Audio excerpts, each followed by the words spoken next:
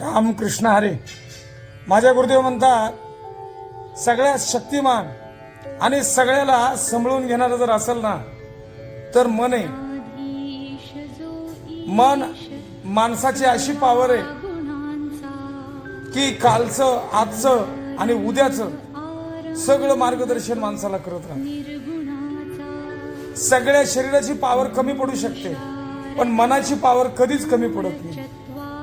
माणसाचं शरीर टिकून जर असेल तर मनाच्या पावरने असतं आणि मन जर टिकून असेल ना तर ते आत्म्याच्या पावरवर टिकतं. आणि आपला आत्मा जर आपल्या शरीरामध्ये टिकलेला असेल ना तर ते परमात्म्याच्या पावरवर आहे. सुंदर, निर्मळ, निस्वार्थ आणि जीवाजीवावर प्रेम करणारं, कुठल्याही प्रभावात न येता सगळ्यांवर समान कार्य करणारं जर मन पैसा असेल तर ते जगन्नाथपुरीत आहे. परम श्री कृष्णाचं मन अजून धडकतंय जगन्नाथपुरीमध्ये. मन जीवनामध्ये असं ठेवलं पाहिजे.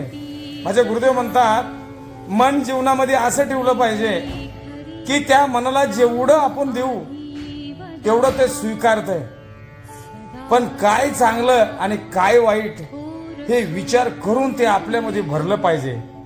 तेव्हाच माणसाचं मन मार्गी लागतं. आणि हे मन मार्गी जर लावायचं असेल तर आपण गुरुचे चरण धरले पाहिजेत, गुरुची सेवा केली पाहिजे, भगवंताची भक्ती केली पाहिजे. तेव्हा आपलं मन मार्गी लागतं आणि आयुष्यभर आपल्याला चांगला मार्ग सुद्धा दाखवत राहतं. ज्याचं मन मार्गी लागलं त्याच्यावर ईश्वराची कृपा होते आणि ईश्वराची कृपा त्याच्यावर होते ज्याच्यावर त्याच्या गुरुची कृपा होते. बोला जय बाळूमामा.